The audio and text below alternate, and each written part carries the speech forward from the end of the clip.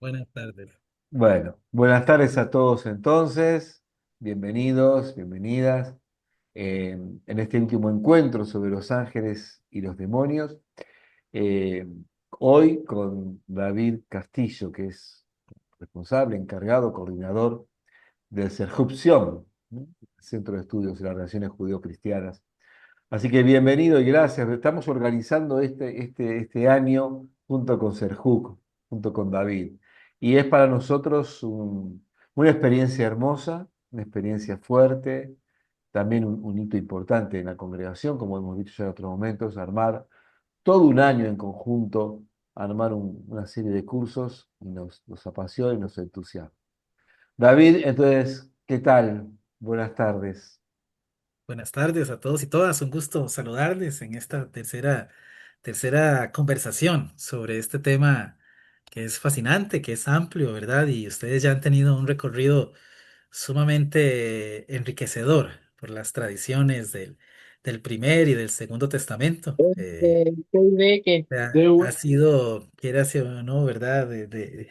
Sumamente hábil, ¿verdad? La profesora Silvia recorriendo una literatura tan amplia en una hora prácticamente y un poquito más. Es verdaderamente sorprendente. Así que hay que comprender que ¿no? este tipo de temas no Yo, son solo complejos por las ideas que podamos compartir acá, ¿verdad? Que nos toca pues apelar a porciones de texto para hacernos una imagen de cómo se presentan estos temas en la literatura bíblica, sino que también hay un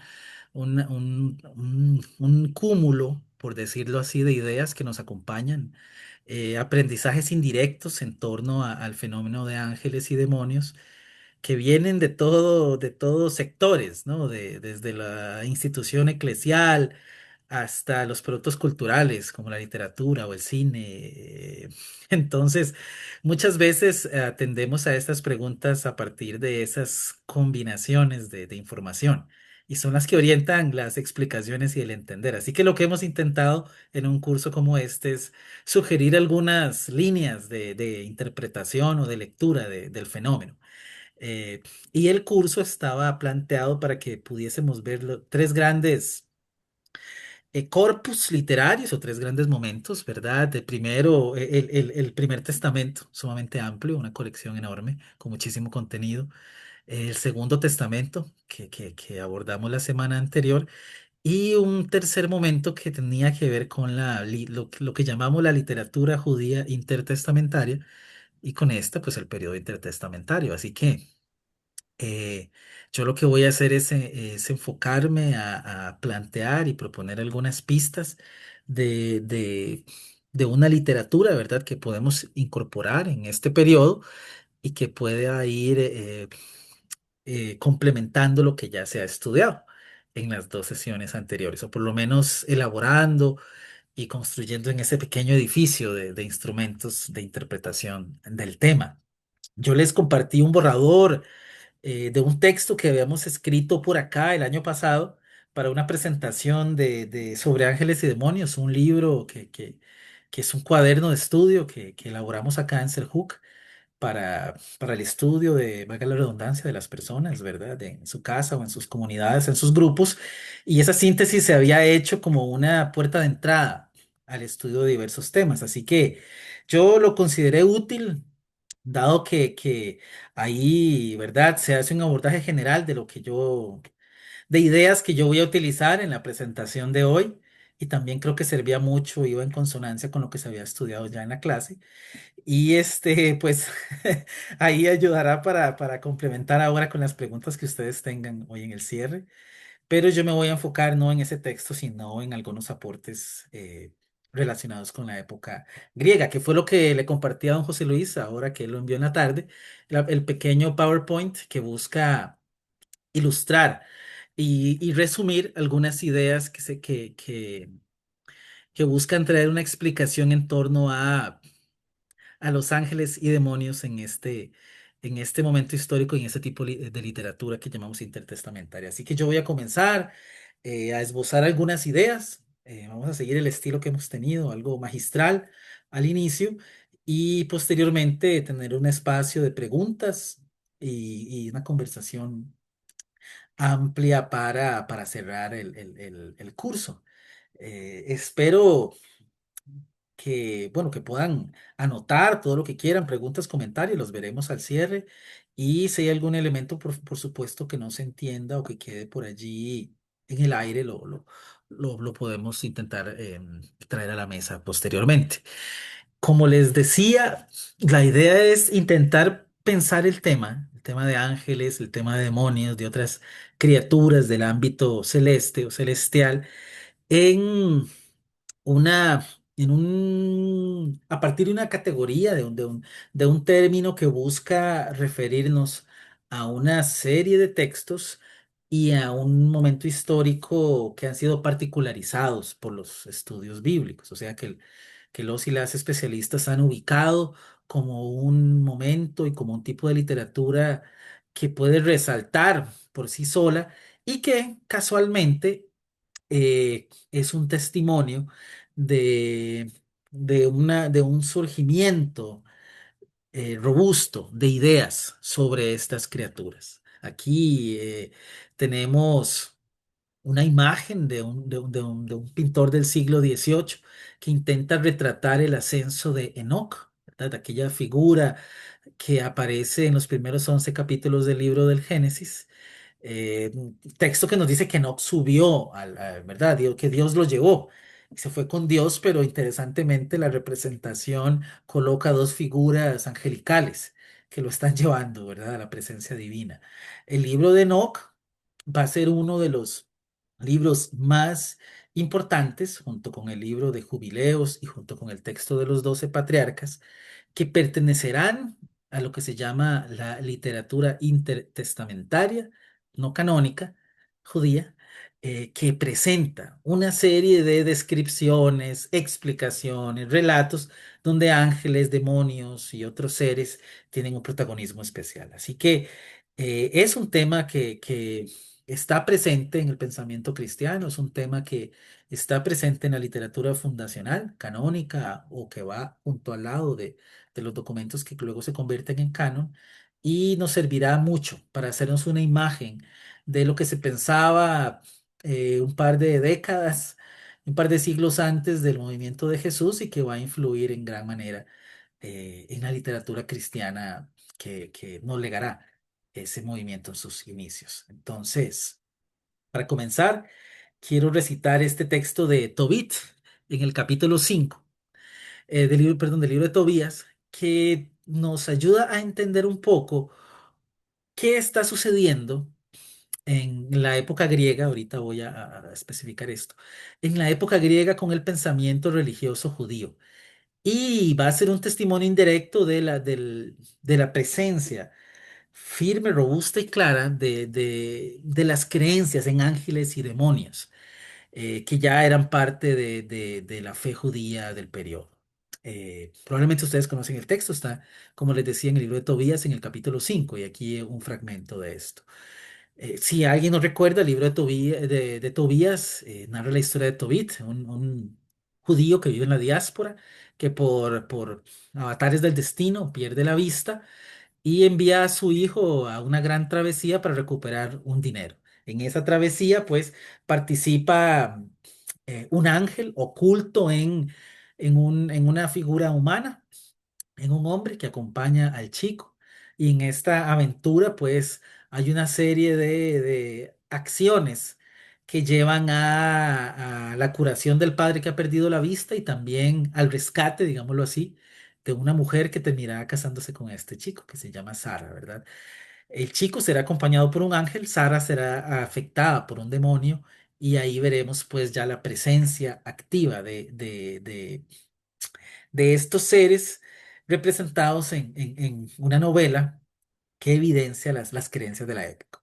Entonces aquí tenemos el diálogo inicial donde el papá, Tobit, envía a su hijo a la travesía.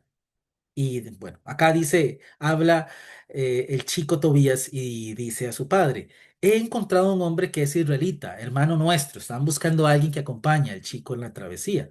El padre Tobías le contestó, llámale para que me entere de qué familia es y a qué tribu pertenece. y si es digno de confianza para que te acompañe, hijo. Tobit responde, y dice Tobit a Azarías, que es el acompañante, que nadie sabe si no es la audiencia, ¿verdad? Que es el ángel enviado por Dios. Dice Tobit a Azarías, vete con mi hijo y después te añadiré una gratificación o un pago. Azarías responde, partiré con él y no abrigues temor, pues sanos partimos y sanos regresaremos a ti, porque la ruta es segura. Respondió Tobit, bendito seas, hermano, que el Dios que está en los cielos los proteja allí y les devuelva a mí sanos, y que su ángel les acompañe con su protección, hijo mío. Eh, este texto y esta representación artística ya medieval que tenemos en imagen permite observar aspectos fundamentales del estudio de las creencias en los ángeles y en otros seres.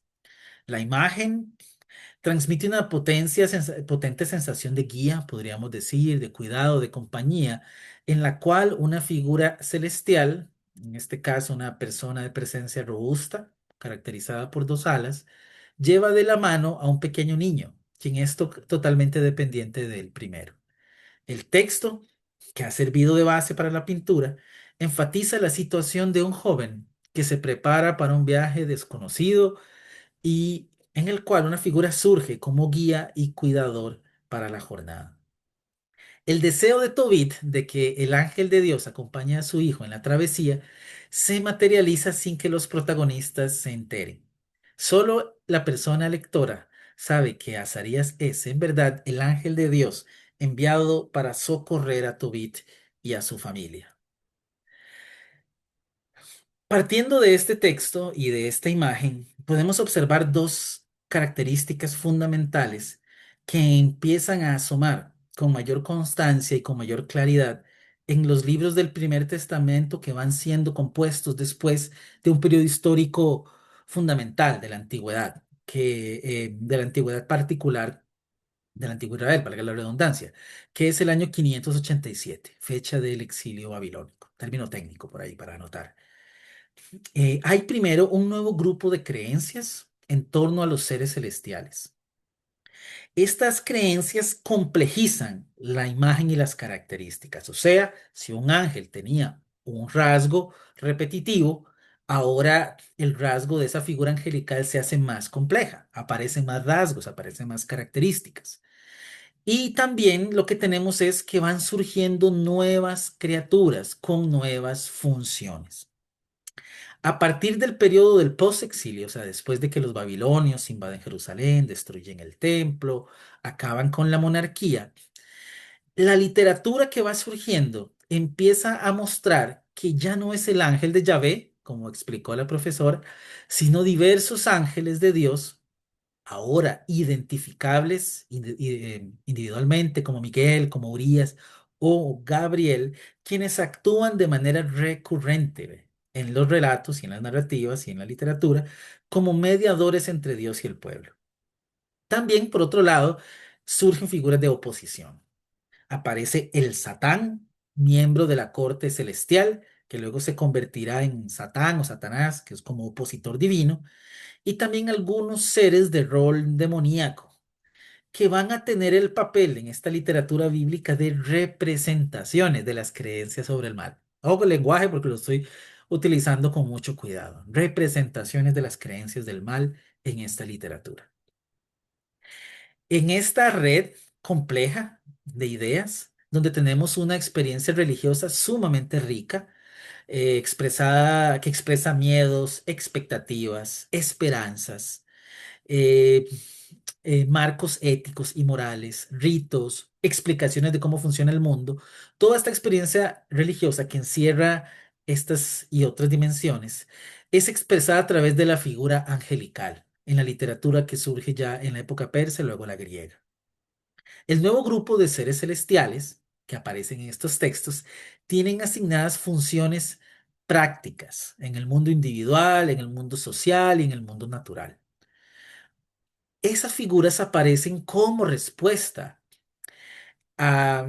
las formas en las cuales las personas están interpretando y manejando sus inquietudes cotidianas, las preguntas que hay a nivel colectivo, comunitario, nacional, en el nuevo contexto, sumamente, digámoslo así, lleno de inseguridades después del exilio.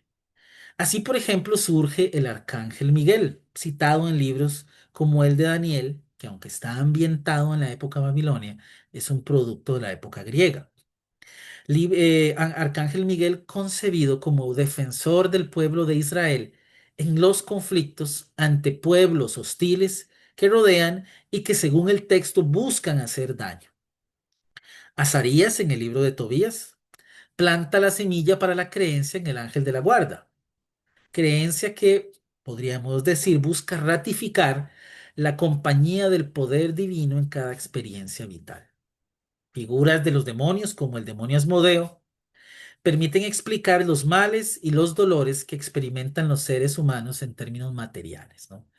Y así sucesivamente van surgiendo necesidades de explicar cómo está funcionando el entorno, cómo éste nos afecta o nos ayuda, y esas necesidades de explicar van materializándose en las creencias que dan a luz distintos seres, como los que hemos mencionado.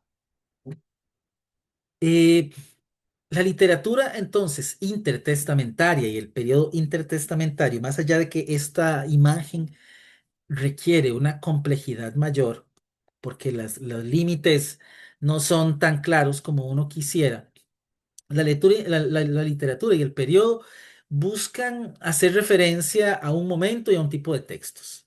Tenemos primero una gran tradición que se ha llamado Primer Testamento o Antiguo Testamento.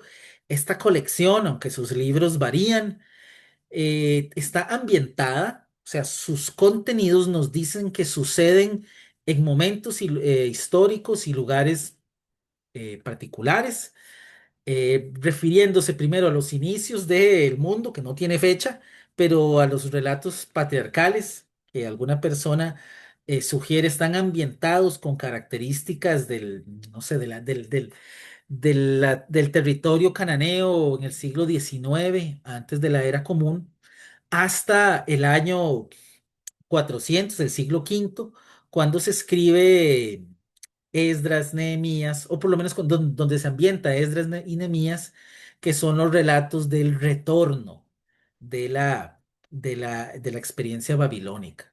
La exilio babilónico termina más o menos en torno al 538 y algunos textos indican que después de esos años hay pequeñas oleadas de personas que regresan a Judea, que habían sido tomadas por los babilonios al exilio, ¿no? Entonces, esos relatos van quedando registrados en Esdras y Nehemías.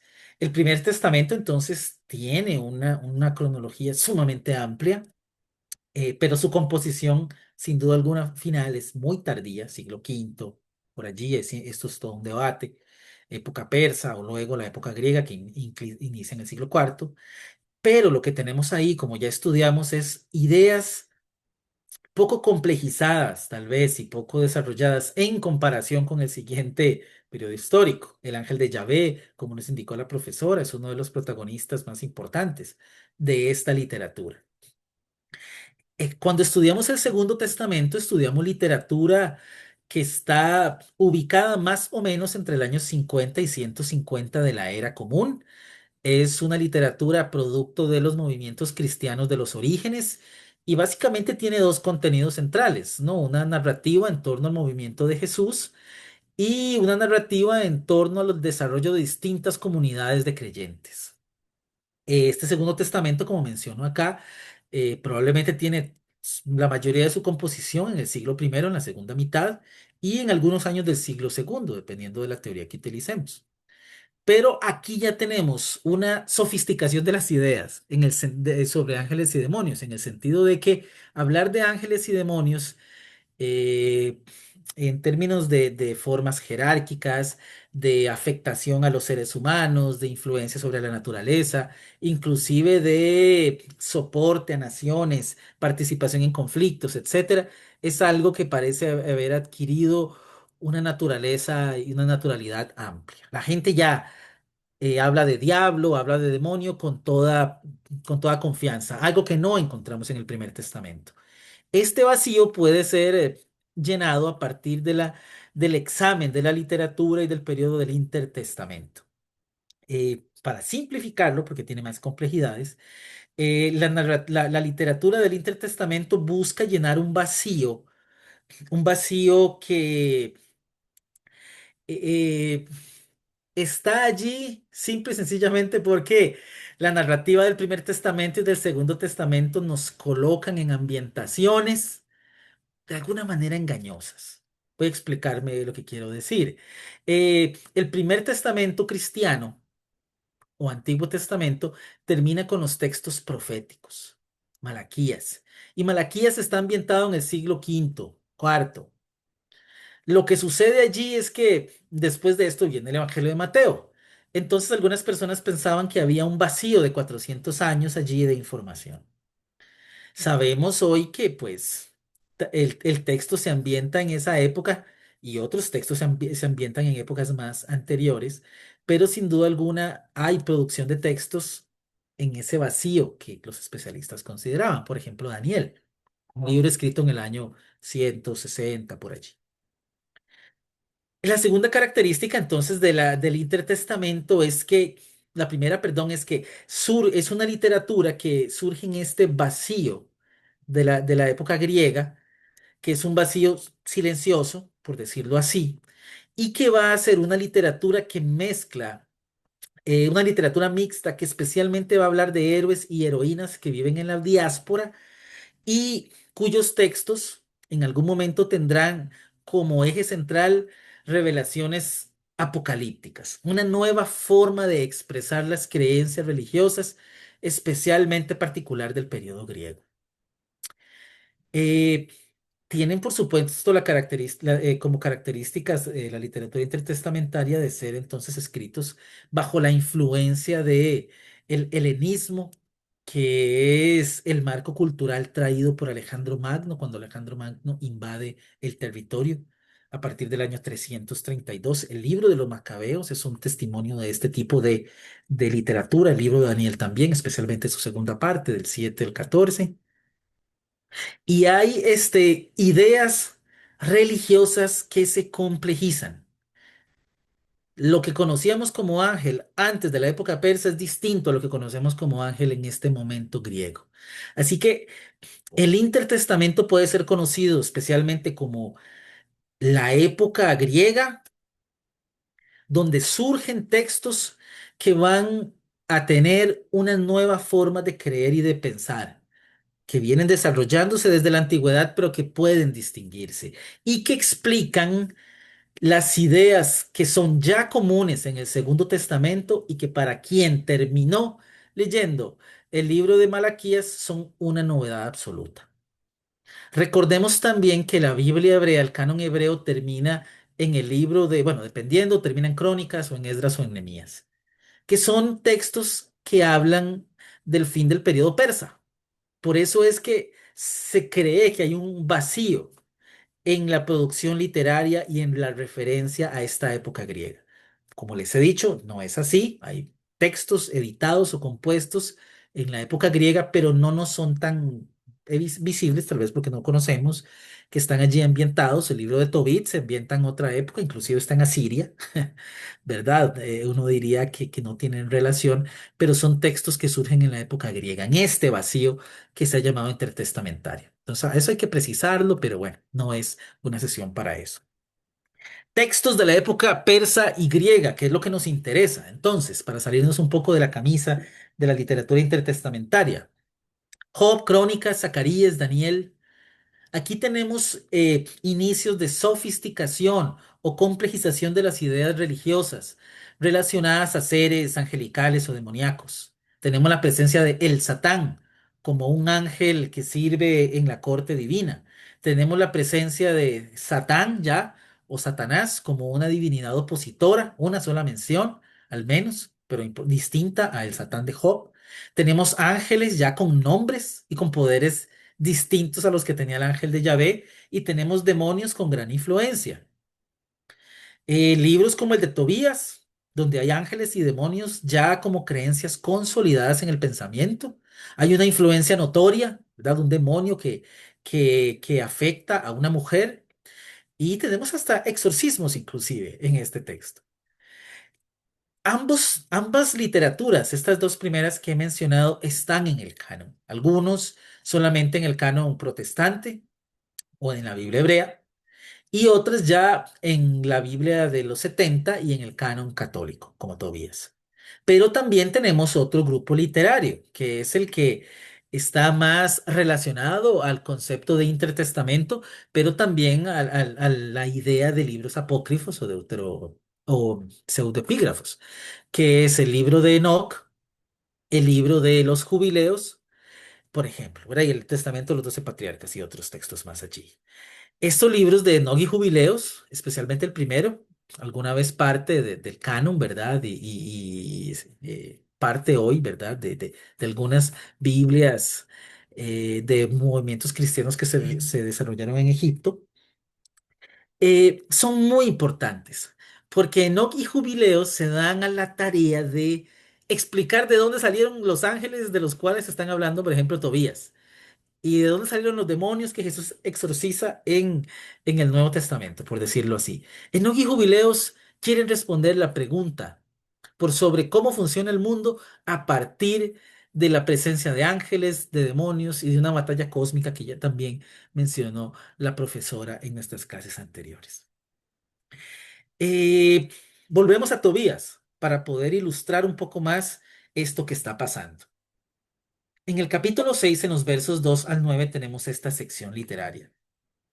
Partió el muchacho en compañía del ángel y el perro lo seguía. Solo quiero insistir que el ángel es algo que el narrador menciona solamente para la audiencia. Nadie sabe que es un ángel en términos de los personajes del relato.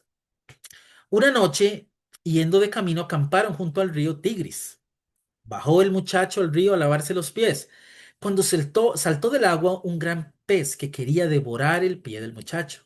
Este gritó, pero el ángel le dijo, atrapa el pez y tenlo bien sujeto. El muchacho se apoderó del pez y lo arrastró a tierra. El ángel añadió, abre el pez, sácale la hiel, el corazón y el hígado y guárdatelos.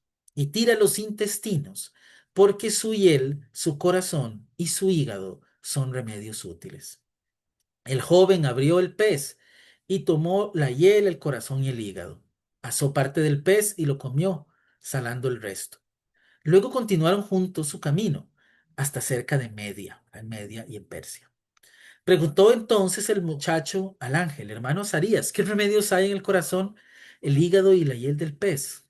Le respondió, si se quema el corazón o el hígado del pez ante un hombre o una mujer atormentados por un demonio o por un espíritu malo, el humo ahuyenta todo mal y le hace desaparecer para siempre. En cuanto a la hiel, untando con ella los ojos de un hombre, atacado por manchas blancas y soplando sobre las manchas, queda curado. Tenemos luego el capítulo 3. Nos devolvemos un poco en esta narrativa.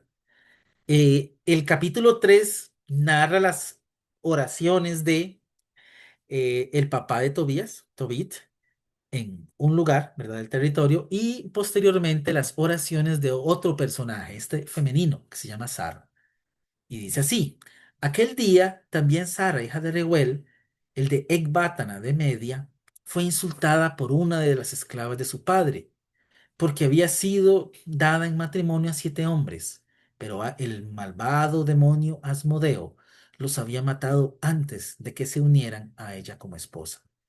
La esclava le decía, eres tú la que matas a tus maridos. Ya has tenido 7, pero ni de uno siquiera has disfrutado. Los textos sobre el ángel Rafael y el demonio Asmodeo nos ayudan a comprender las creencias en ángeles, demonios y otros seres celestes que surgieron o se consolidaron en el periodo griego o helenista. Estos pasajes nos permiten tanto observar a criaturas nuevas que no existían en las creencias del periodo anterior, como también a comprender cómo el infortunio o el bienestar de las personas eran atribuidos al carácter de criaturas celestiales, más allá de Yahvé o del ángel de Yahvé, ¿no? Protagonista en los relatos más antiguos. El periodo helenista se enmarca entre los años 332 y el año 63 antes de la era común. En este largo periodo de un poco más de 200 años, podemos observar un desarrollo pleno de las creencias en torno a las figuras angelicales, en el que despuntan dos líneas principales de angelología. Primero, el surgimiento robustecido de una creencia dualista, una comprensión en dos polos, en la que ángeles malvados se oponen a un Dios bueno y a sus servidores. Lo segundo tiene que ver con las ampliaciones de las ideas y creencias antiguas sobre ángeles y demonios que sirven a Dios. O sea, aparecen las fuerzas negativas representadas en ángeles malvados o demonios. Y segundo, los rasgos que ya tenían los ángeles antiguamente van creciendo, se van haciendo más complejos y van abarcando más esferas de la vida. Sobre esta época helenista, entonces tenemos que resaltar tres rasgos importantes más. Las creencias en los ángeles son más comunes. ¿Qué quiere decir esto? Pues observamos numerosas menciones de las figuras angelicales en los textos de este periodo, ya sea textos narrativos, textos proféticos o textos apocalípticos. O sea, hay más mención de ángeles. Encontramos en la apocalíptica particularmente, más que en otras formas literarias, la mayor presencia de usos y menciones en los seres angelicales. Esto quiere decir que hay una forma de pensar el mundo, este pensamiento apocalíptico, que es el que incorpora más ampliamente el pensamiento relacionado a la angelología. Y dado pues que la literatura apocalíptica del Primer Testamento con que contamos es del periodo helenista, es consistente pensar que estas ideas más consolidadas de los ángeles pertenecen al judaísmo que va desarrollándose en el periodo griego.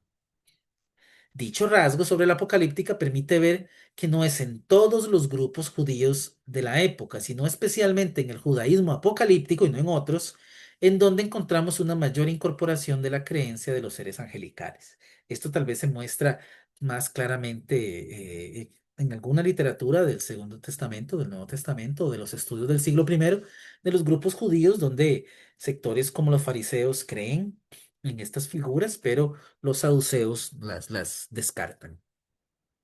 Hay en el periodo griego entonces nuevos atributos relacionados con estos seres angelicales.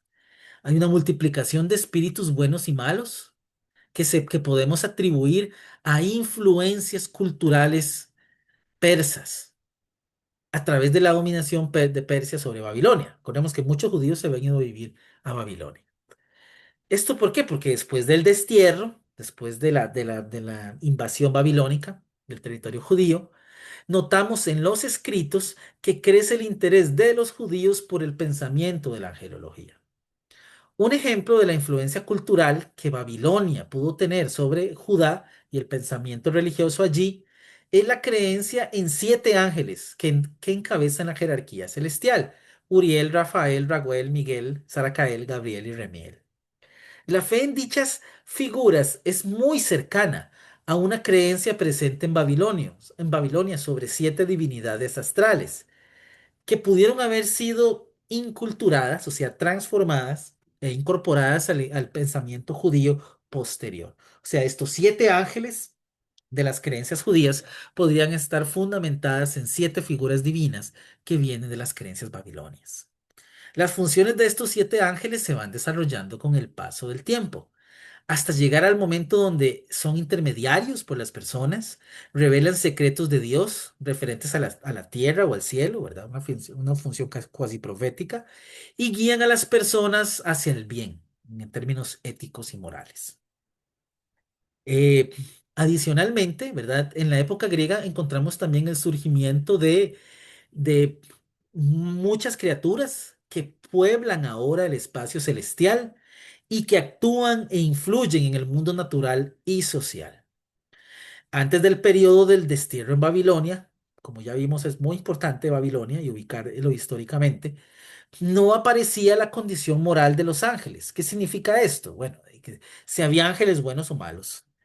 La figura angelical se consideraba buena si hacía el bien a los seres humanos y mala, ¿verdad? Si actuaba de manera que hacía sufrir, que causaba el mal. Pero usualmente aparecían en la tierra para llevar a cabo alguna misión divina asignada, una misión concreta asignada por Dios. En la época griega esto cambia. Ahora tenemos dos tipos de figuras, ángeles buenos y ángeles malos o demonios, ¿verdad? Que ya tienen una función específica.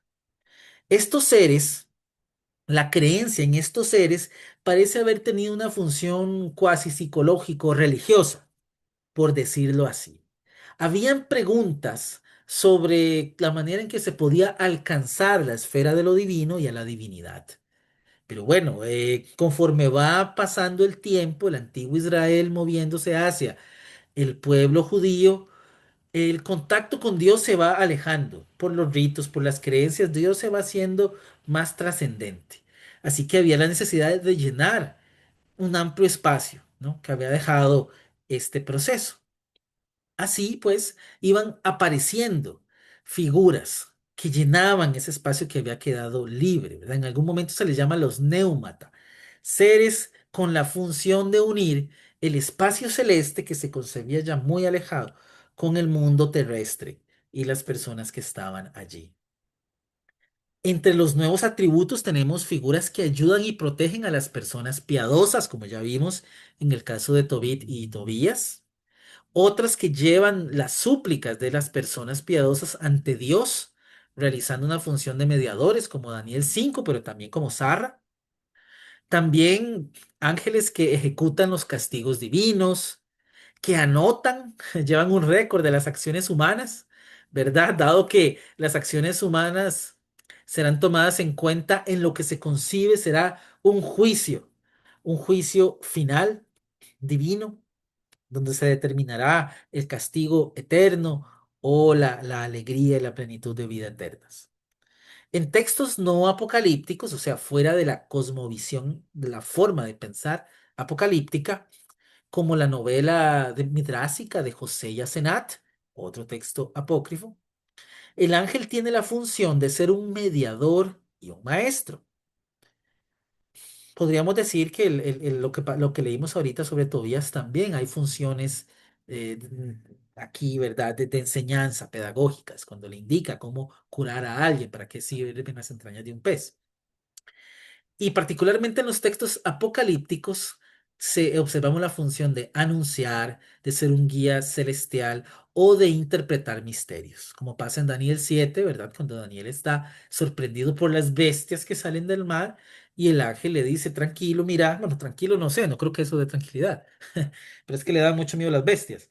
El ángel le dice, tranquilo, son reyes, no bestias, aunque bueno.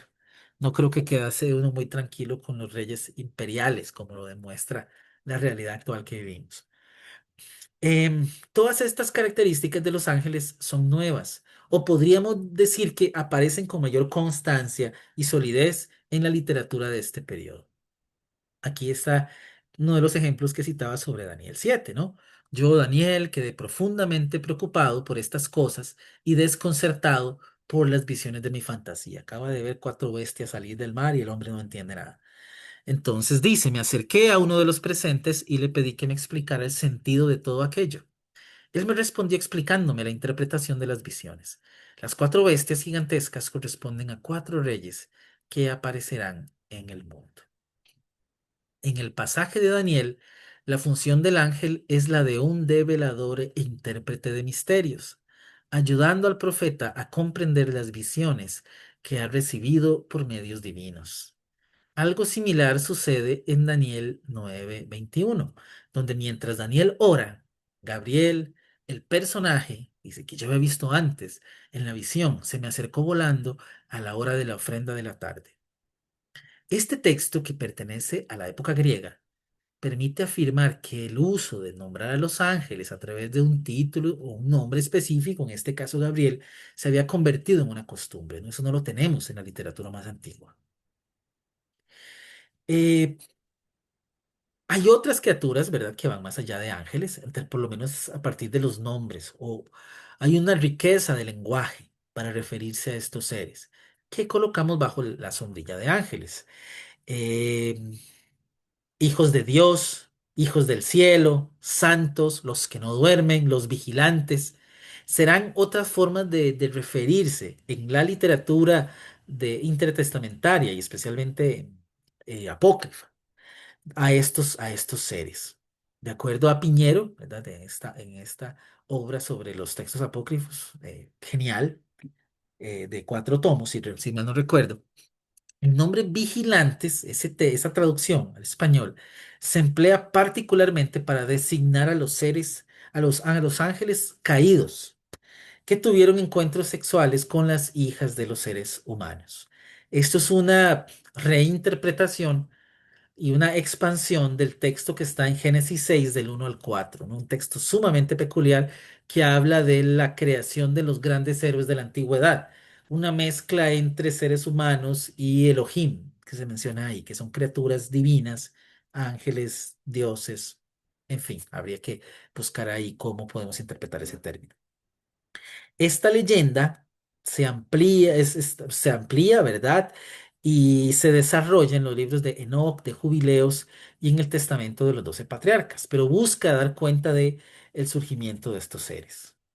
También la noción de vigilantes que utiliza esta literatura puede estar relacionada con el pensamiento que relacionaba ángeles con estrellas que no dormían o con su disponibilidad para cumplir en todo momento la misión que Dios les encomienda, ¿no? Siempre listos como Boy Scouts para poder atender a las necesidades divinas. Una de las líneas de pensamiento sobre el origen de los ángeles indica en esta literatura que no fueron creados por Dios y que más bien participaron en la creación del mundo. Esta idea surge ante las especulaciones de que los ángeles ayudaron a Dios en todo el trabajo de la creación, como surge en Jubileos capítulo 3 o capítulo 38. En Jubileos 2 se plantea que se crearon el primer día de la semana, sin embargo, mientras Enoc sostiene que fueron creados el segundo día, siguiendo Génesis 3:22. El Apocalipsis de Baruch plantea, en cambio, que los ángeles fueron creados desde la eternidad, mientras que el Targum pseudo Jonatán, ya producto del pensamiento judío que no fue incorporado en el canon, dice que los ángeles ya existían cuando se creó la humanidad. Esto siguiendo los plurales de Génesis 1:26 y 3:22 también, ¿verdad? Génesis 1:26 y estos textos probablemente son los mismos que se utilizan, por ejemplo, para hablar de la idea del Espíritu Santo o perdón, de la Trinidad en el dogma cristiano. Entonces, eso ha sido, ¿verdad?, interpretado de muchas maneras. Entre las características amplias, ¿verdad? Hay toda una serie de discusiones que no se dan en otra literatura. Se plantea que los ángeles son hechos de fuego, pero que también tienen apariencia humana y es por eso que pueden procrear hijas, procrear, perdón, descendencia con las mujeres de la humanidad. De esta idea, por cierto, emana la tradición que contaba sobre el temor que tiene Noé de que su descendiente Lamec sea producto de la unión de su esposa con un ángel, así como aquella que dice que Eva concibe a Caín por obra de Samael. Esta segunda tradición explica la mención en la primera carta de Juan, en el capítulo 3, en la que se dice que Caín era hijo del malo, ¿verdad? Según la lectura de Piñero y otros. Antonio Piñero, el biblista español. Bueno, no es biblista, historiador. Jubileos y primer libro de Enoch mencionan listas de ángeles organizados en grados y jerarquías, con roles asignados para el correcto mantenimiento del cosmos. Estos seres estaban encargados ahora del movimiento de los astros, del sol, de la luna, además de la lluvia, el fuego, el viento, las plantas y los animales. Así, el mundo natural seguía funcionando por la mano de Dios, pero ahora a través de sus emisarios. Recuerden que en el pensamiento antiguo no es así. El profeta Elías es convocado por Dios, ¿verdad? Y aparece una sequía gracias a la intermediación de la figura divina y del profeta. Aquí es la figura angelical la que determina la lluvia.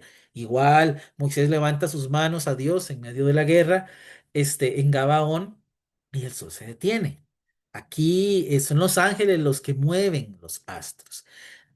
Estamos ante una complejización y una transformación en las creencias y las ideas, que puede ser explorada y rastreada si logramos fechar los materiales y los textos.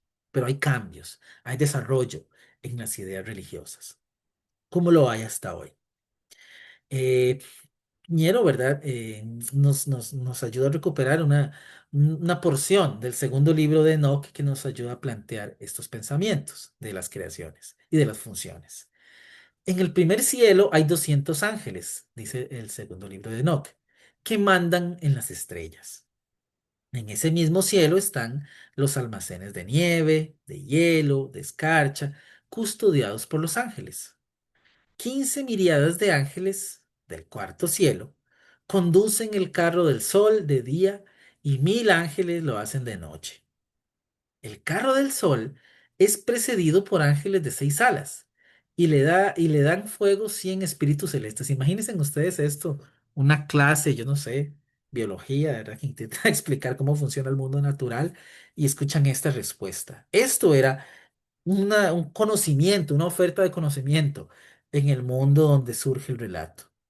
En el quinto cielo hay 200 miriadas de ángeles vigilantes, rebeldes acaudillados por Satanael. En el sexto cielo habitan 7 formaciones de arcángeles que rigen toda la naturaleza, los frutos, las plantas, y al hombre, dice así, el ser humano, pues cada persona tiene su ángel custodio. Ahí está el ángel de la guarda, o por lo menos el ángel que le vigila.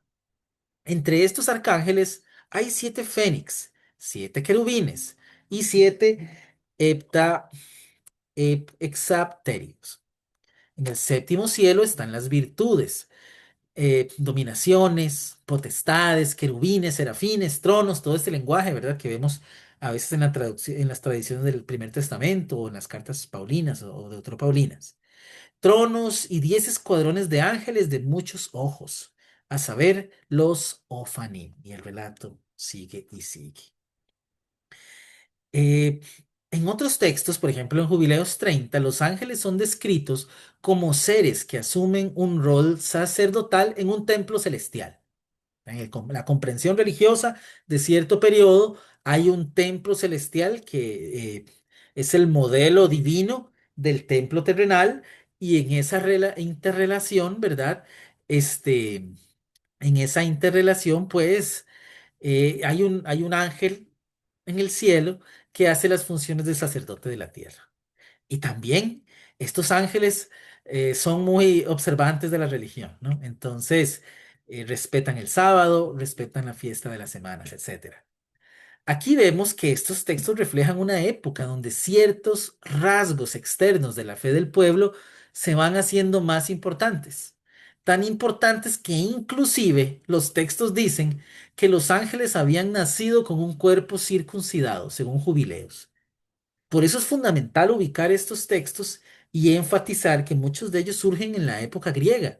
Y es en la época griega cuando estas fiestas, cuando estas prácticas religiosas y probablemente la circuncisión se consolidan como expresiones religiosas del judaísmo que va emergiendo. Esta creencia, ¿verdad? También nos permite observar que las ideas sobre los ángeles y los demonios y otros seres van evolucionando en los distintos periodos de la historia del judaísmo del Segundo Templo. Evolucionando en el sentido en que van mutando, van cambiando, son dinámicas. En este material también es posible observar menciones del concilio divino, que es, podríamos entenderlo como una agrupación de seres celestes, ángeles o dioses menores que dar recomendaciones a Dios para realizar sus planes en la creación. Un gabinete, un cuerpo de, qué sé yo, funcionarios, de asesores, etcétera. En el concilio divino se reúnen figuras que ejercen acciones de juicio, de alabanza, de revelación divina. Tal vez la mención más clara, hay unos salmos y algunas cosas, pero en el libro de Job es muy útil ver la escena, ¿verdad? Donde Satán dice que se va y se presenta junto con otros ángeles delante de Dios y le da informes de lo que pasa en la tierra. Los ángeles alcanzan también una dimensión política o una participación en la política, por decirlo así, del periodo. Hay una idea que insiste, ¿no? Que hay ángeles que tutelan, que se encargan, que controlan naciones y pueblos. Estos ángeles son sus guardianes y protectores. Y se consolida la idea entonces de que existen ángeles que cuidan y apoyan al pueblo de Israel, especialmente en el ámbito militar y en el conflicto bélico con otros pueblos. En una sección del libro de del segundo libro de los Macabeos, se narra lo siguiente. Heliodoro, general extranjero, comenzó a ejecutar lo que había decidido. Estaba ya con su guardia junto al tesoro cuando el Señor de los Espíritus y de todo poder hizo que se produjera una gran manifestación. Y todos los que con Heliodoro se habían atrevido a acercarse, pasmados ante el poder de Dios, quedaron sin fuerzas ni coraje. Se les apareció un caballo con una riquísima armadura y sobre él un terrible jinete, lanzándose con ímpetu eh, contra el Heliodoro, alzando sus patas delanteras. El jinete parecía tener una armadura de oro. Aparecieron también dos jóvenes robustos y hermosos, magníficamente vestidos, que poniéndose a ambos lados de Heliodoro lo azotaban sin cesar, moliéndolo a golpes. Heliodoro cayó en tierra envuelto en una gran oscuridad, y lo tomaron y lo llevaron a una camilla. La escena que describe Macabeos es una que representa el enfrentamiento entre un militar extranjero y un ser divino protector del pueblo de Israel. Bueno, para ahí. Tenemos un relato que retrata la vinculación entre un ángel y una nación o un pueblo. Dicha relación permite ver que una de las características de las creencias angelicales de este periodo es la comprensión de que la pugna entre Israel y las naciones en la tierra es equivalente a la batalla entre hordas angelicales en el ámbito divino. Otro ejemplo de esta creencia se encuentra en el libro de Daniel, donde debemos comprender la victoria de Miguel sobre los otros ángeles como la victoria de Israel sobre los pueblos que pretenden dominarlo. Tenemos así de nuevo, reiteradamente, esta enseñanza fundamental. Las guerras y conflictos históricos entre pueblos, donde los ejércitos se enfrentan entre sí, son reveladas. Ese es el objetivo, como disputas entre fuerzas angelicales o divinas. El aspecto de la batalla celestial es otra expresión de la creencia en ángeles opositores a Dios y sus huestes o ejércitos. Por ejemplo, surgen en el periodo helenista distintos nombres para caracterizar estas fuerzas divinas negativas. El nombre del príncipe o líder de los ángeles enemigos de Israel varía, y según la literatura de Qumran, puede ser Belial, Beliar, Melquiresa, Mastema, Satán. Estos ángeles malvados, de acuerdo a la tradición judía del periodo, se explican como el producto de una revuelta y el resultado del encuentro carnal con las mujeres, narrado en Génesis 1, 6, 1 al 4, como ya mencionamos, y expandido en Enoc, que lo cuenta con lujo de detalles. Solo la victoria escatológica, una victoria proyectada al fin de los tiempos, y el posterior juicio traerán la destrucción de estos ángeles rebeldes, de estos espíritus malignos y sus aliados, que serían todos aquellos que violentan la ley y todos aquellos pueblos que amenazan al pueblo judío. En este momento, la promesa para los justos difuntos será la habitación y comunión con los ángeles. Esto como una forma de concretizar el anhelo de liberación, ¿verdad? Porque la idea de ángeles y demonios pertenece a un sistema mayor de comprensión del mundo. Por eso la idea de mencionar el pensamiento apocalíptico, la idea de intentar comprender este devenir de la historia que termina en ideas de lo que se llama el pensamiento, el momento escatológico, etcétera, etcétera, es importante, ¿verdad? Nos van a ayudar a entender qué está pasando por acá. Y me detuve ahí porque ya esto era bastante, creo yo. Hay muchas cosas más que se pueden abordar, pero con esto creo que puede ser suficiente. Ya Ahí tenía una segunda parte sobre, sobre el ángel de la guardia y los demonios puntualmente, pero ya yo creo que con esto tenemos un panorama lo suficientemente amplio como para poder conversar, por lo menos en el cúmulo de las tres sesiones que hemos tenido. Así que bueno, esto era lo que yo quería compartir hoy en esta tarde. Espero que haya traído algunas claridades y sin duda alguna otras confusiones, pero es que para eso se estudia, ¿verdad? Para mantener esa tensión, como con los ángeles y los demonios, uno a cada lado. No sé si, gracias David, porque la verdad es que tanto material y además tantas cosas muy nuevas, ¿no? Para nosotros, muy nuevas ver de estas perspectivas.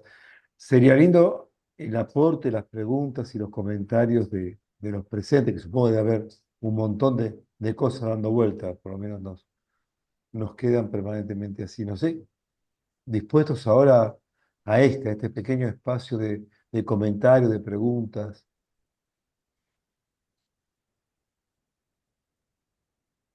Sí, David, bueno, buenas tardes. Muchas gracias y bastante clara la exposición. Mm, Más que todo yo lo que tengo es como una especie como de reflexión.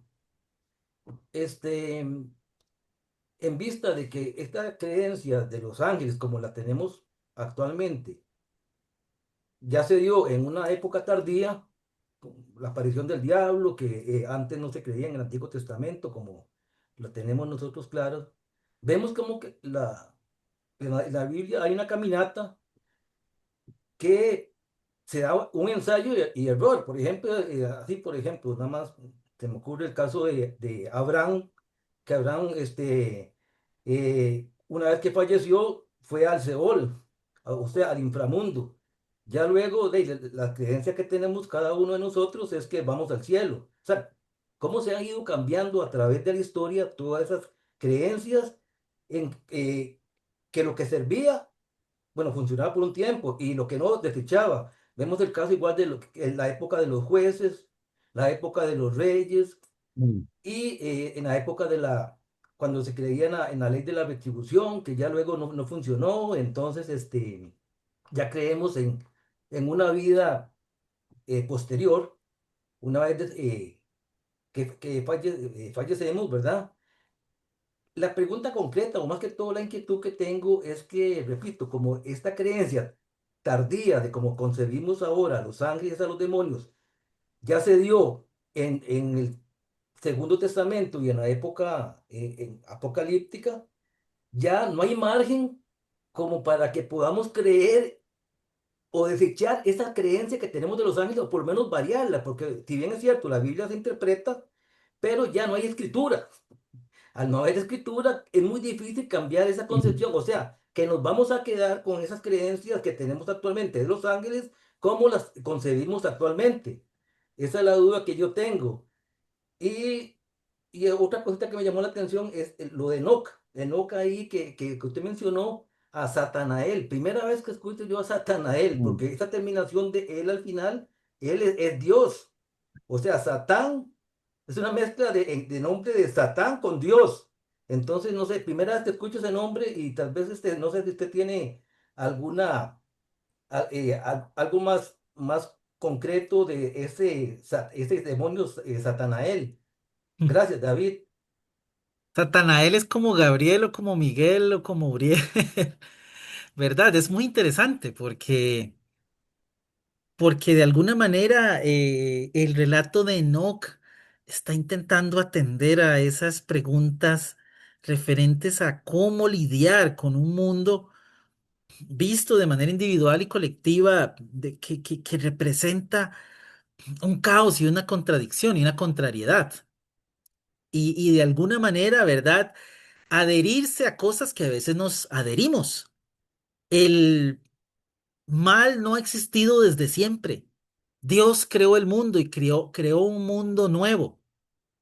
Y si algo salió mal, es porque alguna fuerza o alguna criatura fuera de Dios, digámoslo así, le volteó la espalda, ¿no? Tomó otro camino. Y este rasgo de Satanael es muy curioso porque refiere a esa doble dimensión. Es una figura creada por lo divino y que arrastra eh, en su nombre esta adhesión a las grandes figuras fieles a Dios, Gabriel, Uriel, pero se señala en este pasaje particular como esa figura adherida a Dios que toma otra decisión, ¿verdad? De oposición y lo arrastra con su nombre. En este caso, porque como ustedes vieron allí, hay distintas formas de nombrar a estos seres de oposición en términos religiosos. Pero el Satanael está ahí y lo que yo creo es que es una forma de dar nombre a estas figuras de oposición que recuerda, que recuerda que estas figuras salen del concilio divino, ¿verdad? Si leemos Enoc y Jubileos de ahí, hay muchas historias fascinantes de cómo se originan no los ángeles per se, sino los ángeles opositores. Una de las más interesantes es que Dios crea a Adán y a Eva y si recuerdo bien, hay una solicitud de rendir una suerte de honor a Adán y Eva por parte de Dios a la figura y los ángeles dicen, no, o sea, ¿qué le pasa? ¿Verdad? No lo vamos a hacer y hay una rebelión, hay una resistencia sobre Adán y Eva, pero estamos en un grupo que está integrado a lo divino y que luego simple y sencillamente se desprende de. Pero refiere a esa raíz de figuras que vienen de esa creación buena, digámoslo así, en términos morales. Eh, sobre las ideas religiosas, yo creo que es muy útil volver al concepto de Biblia como biblioteca y Biblia como colección literaria, porque nos va a permitir observar que en lo que ustedes y yo tenemos delante, no veo la mía por acá, por ahí debe estar. Lo que tenemos delante y se nos presenta como un libro es una colección. Y es una colección singular porque tiene reunidos textos que pertenecen a demasiadas épocas, a demasiados autores, a demasiados sistemas de pensamiento, tan heterogéneos, tan contradictorios en muchas ocasiones que nos parecería insólito que estuvieran juntos. Hay una enseñanza muy fuerte que hemos heredado del pensamiento cristiano, que es el de armonizar las ideas. Armonizar significa que nos han enseñado a pensar que dentro de la Biblia las ideas no disputan entre sí, sino que todas están alineadas. ¿Verdad? Linealmente, una encaja con la otra y la gente crea como sistemas, ¿verdad? Es que y Amós, ¿verdad? Hace eco de lo que dice el Génesis, pero luego llegó Judas y creamos como un rompecabezas donde todo encaja, pero eso es un rompecabezas ficticio. Tendríamos que forzar las piezas, ¿verdad? Cuando alguien está cansado de hacer el rompecabezas y mete la pieza a la brava, a la mala para que encaje. Eso es lo que pasa cuando queremos que un libro como la Biblia tenga correspondencias de ideas sumamente homogéneas. eh, por más que eso podía ser algún ideal que alguien tenga, cuando nos acercamos a leer el texto, nos damos cuenta que no es así. Nos damos cuenta que no es así, que hay una serie de inconsistencias, pues que uno les llevarían a pensar qué sucede. Entonces, el cambio de ideas es, por decirlo así, lo que más debería hacer sentido. Claro, cuando a nosotros nos dicen es que la Biblia cayó del cielo, Dios la hizo, el autor, ¿verdad? Entonces uno le dice, y no, porque es raro, ¿cómo así? Que si Dios la hizo no va a tener ninguna contrariedad.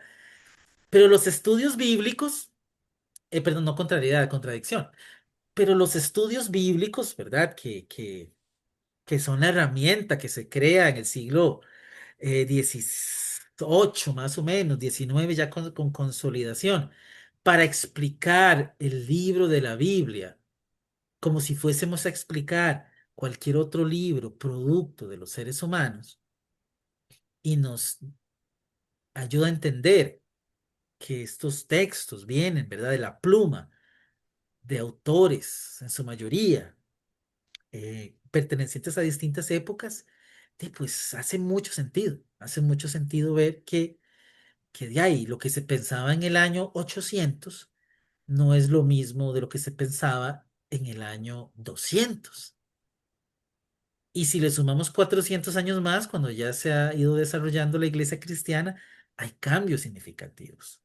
Es que ni en Argentina ni en Costa Rica podríamos pedir, o en El Salvador, que lo que se piensa hoy fuese lo mismo que se pensaba hace 500 años.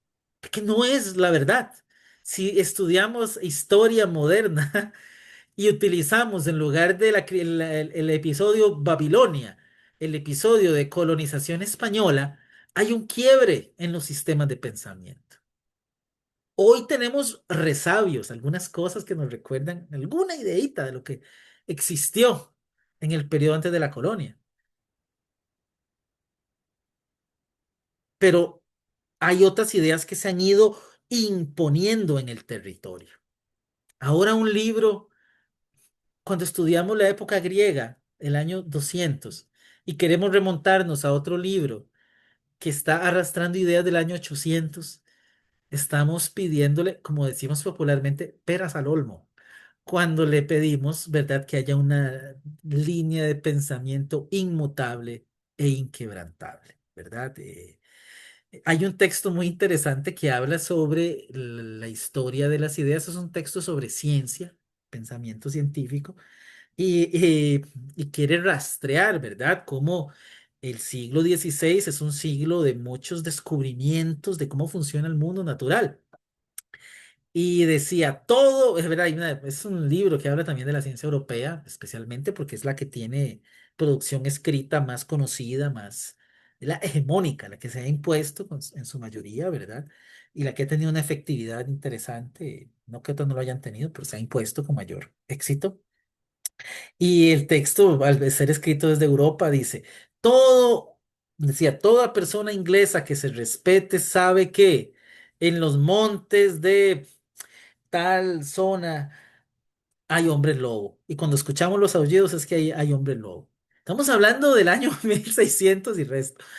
Toda persona sabe que cuando alguien encuentra un cadáver tirado en la calle y tenemos 5 sospechosos, lo que hay que hacer en el tribunal es llevar a los 5 sospechosos, pararlos uno al lado del otro y traer el cadáver.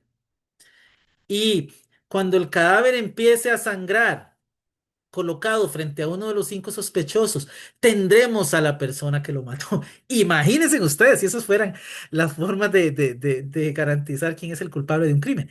O sea, hoy ese tipo de cosas, de no ser que uno crea en los hombres lobo, o que uno diga que, verdad, que frente a una persona que ha cometido un asesinato, un cuerpo va a sangrar, esas ideas han sido abandonadas, esas y muchas otras. Entonces, con el pensamiento de los ángeles pasa lo mismo. Por eso es que más de hablar de seres, hablamos de creencias.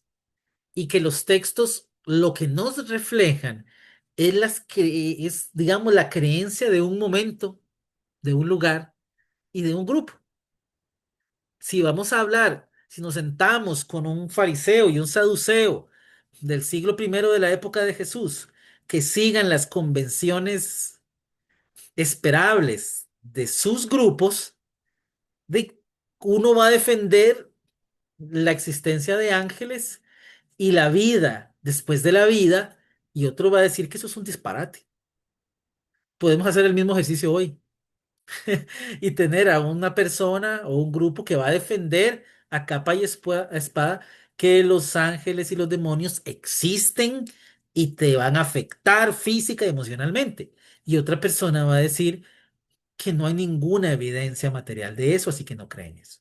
Entonces, eh, este David, desarrollo de las ideas, David, perdón, sí, los tiempos, porque tenemos más manitos sí, levantadas. ese es el problema. Yo soy como la Biblia, duro como 1000 años respondiendo una pregunta. Perdón, Este, perdón, nada perdón. más, entonces, en ese desarrollo de ideas, no tenemos un desarrollo lineal. Hay debates, modificaciones, hay voces que están en conjunto compartiendo, no todo está explicado, ¿verdad? No todo está necesariamente organizado. Y lo de hoy, bueno, pues lo que podríamos decir es que no todo terminó con el canon. y sería muy interesante indagar qué ha pasado con las ideas de ángeles, demonios, de otros y de otros seres en el pensamiento cristiano posterior, que yo creo que nos sorprenderíamos. Ahí está la tarea para el Centro Bíblico Sion, ir y demandar dónde hay historiadores e historiadoras del cristianismo y el pensamiento religioso para que nos ayuden a entender qué pasó después, ¿verdad? Porque hoy hay una pluralidad de concepciones sobre eso. Así que sí podemos recrear las ideas. Recuerden, con esto cierro, que hay gente que dice, el ángel es el ser humano que apareció un día y me ayudó. Apareció un ángel que me ayudó en un momento de angustia, de sufrimiento, en un problema. Así que bueno, la gente reacomoda las ideas. Por favor. Marcelo, tenías una pregunta para hacer. Buenas tardes. Sí, Bueno, más que una pregunta, agradecer David, José Luis, Serjuk, el Centro Bíblico Sion por estos cursos. Creo que son fantásticos. David, bueno, presentó de una forma muy fácil de entender para cualquiera realmente. Y en esto último que mencionabas, de esta historia de los hombres lobos, que bueno, si aúlla un lobo es un hombre lobo, me imaginaba en un momento, y lo hago muy, muy breve, la medicina hace 90 años, 100 años, o sea, nada, ante una pequeña infección en un dedo, cortaba el pie, cortaba el brazo. Hoy, por suerte, hay no solamente un avance en la medicina, en la farmacología, eh, apenas con un antibiótico, una medicina podemos curarnos y tratarnos. Creo que lo que habla mucho en estos cursos magníficos es que el estudio, el conocimiento y el intelecto no son enemigos de la fe ni de las creencias, más bien todo lo contrario. Y que muchas veces tenemos que preguntarnos quiénes escribieron todo esto, para quiénes lo hicieron y qué querían decir en realidad. Así que más que nada mi agradecimiento para todos quienes están en la organización de estos cursos, que son fantásticos, y por supuesto mi apoyo desde el punto que pueda para que esto pueda continuar adelante en un abrazo entre la fe y la razón. Muchas gracias. No, gracias a vos, Marcelo, y es cierto el trabajo lindo que estamos haciendo con Serjú. Yo quería hacer una pregunta a David en esto.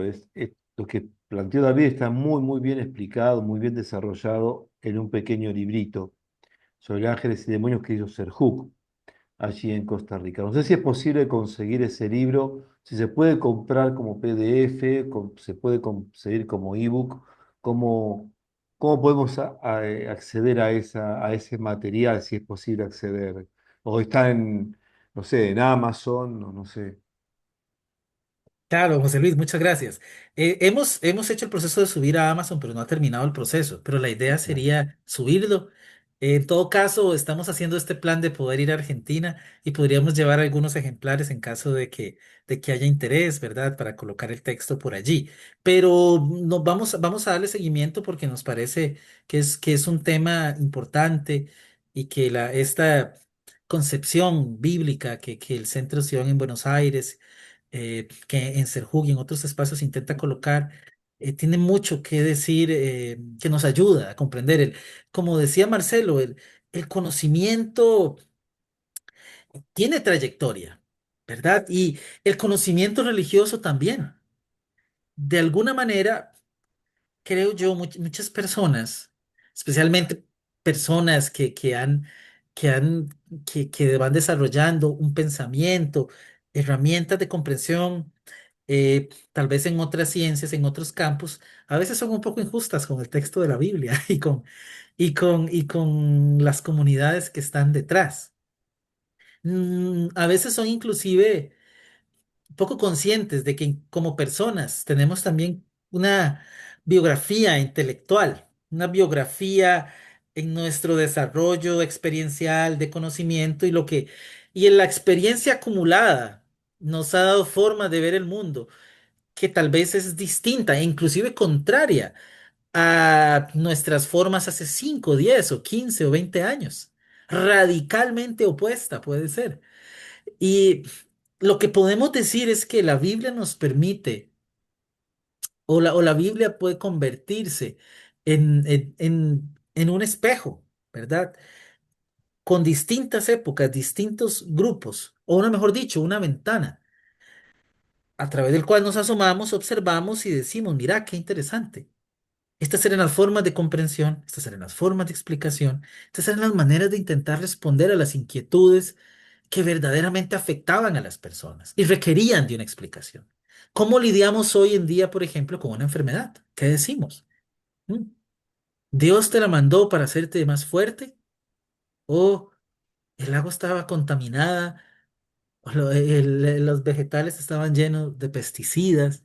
¿O los enlatados y sus preservantes? ¿Cómo explicamos los infortunios? ¿Cómo explicamos los momentos de alegría, no sé cómo llamarlo, de logro, de triunfo en una batalla?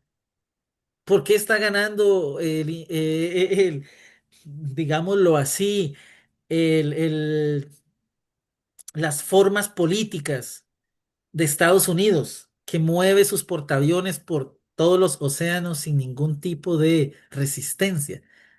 ¿Será que el Dios que está con él es más fuerte que el Dios de Irán, de Cuba, de Venezuela? O, bueno, podríamos añadir prácticamente todos los países de América Latina ahí.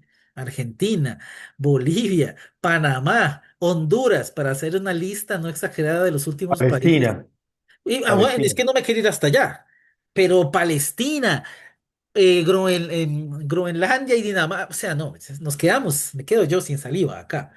Y es lo que pasa en el texto bíblico. En el texto bíblico observamos las botas de los militares babilonios, las botas de los militares persas, las botas de los militares griegos y las botas de los militares romanos. Y aún así hay resquicios, huecos, donde hay una reafirmación de que Dios está presente y que es más grande que todo. ¿Y cómo sabes eso? Y me lo reveló Enoch. Es decir, tenemos que entender también que la religión escapa muchas veces a a las formas convencionales de explicación, pero que tienen formas válidas de explicación. Además, no olvidemos que el pensamiento mítico, que es el que acude a figuras trascendentes, a espacios religiosos para entender el mundo, el pensamiento mítico era una forma de conocimiento. Y la pregunta fundamental es acá, ¿qué pasa en este caos social? Ah, mira, es que no te quedes en el ejército que viene marchando. No son solo humanos. Detrás de los ejércitos hay fuerzas divinas. Vos sabes que hay dioses y van a decir, sí, claro, yo sé, yo creo. Ah, bueno, los dioses no están sentados tomando vino allá sobre las nubes. Hay dioses que empujan a los nuestros enemigos a atacarnos y hay nuestro Dios que nos defiende. Y hay entonces esta transposición entre lo terrenal e histórico y lo divino y celeste. Y era una forma de explicar, como hoy hay otras formas de explicar. Eh, ya si uno quiere mantenerse con las formas de explicación del siglo quinto, antes de la era común, y decir de ahí que a Trump lo apoya Dios, yo lo que diría es que eso es simplemente pues una explicación más cercana a hace 2500 años que ahora. Pero, ¿verdad? Eso es lo que yo tendría que decir, nada más en ese respecto.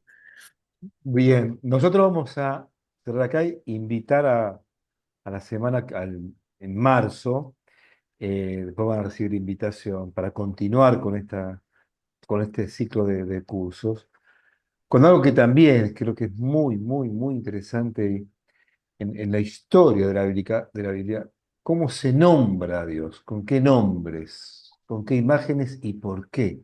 ¿De dónde surgen esos nombres? ¿De dónde surgen las imágenes? Si nos estamos metiendo tanto en este curso de hoy como en el próximo mes de marzo, en demostrar y en meternos que la Biblia es un producto religioso, pero también cultural e histórico. ¿Sí? Y que las revelaciones externas se meten en la cultura y desde la cultura se llega a un encuentro. Así que me parece a mí que es hermosísimo el curso que vamos a arrancar con dos profesores de Costa Rica, uno de ellos es David también y Aguirre es el otro, así que, bueno, ya van a recibir la invitación y será un momento también muy trascendente para estos cursos. David, gracias. Entonces, nos agradecemos todos y mucha gente está agradeciendo estos cursos que están poniendo en el chat, así que estamos bien, estamos contentos, estamos felices. Qué dicha. No, a ustedes gracias por quedarse toda la sesión y bueno, ahí si No, hay alguna pregunta, algún comentario, lo pueden enviar a don José Luis y ahí sí, sí, sí, lo guardamos sin ningún problema. sí, sí, sí, sí, lo hacemos circular. Gracias y cortamos aquí entonces nuestra grabación.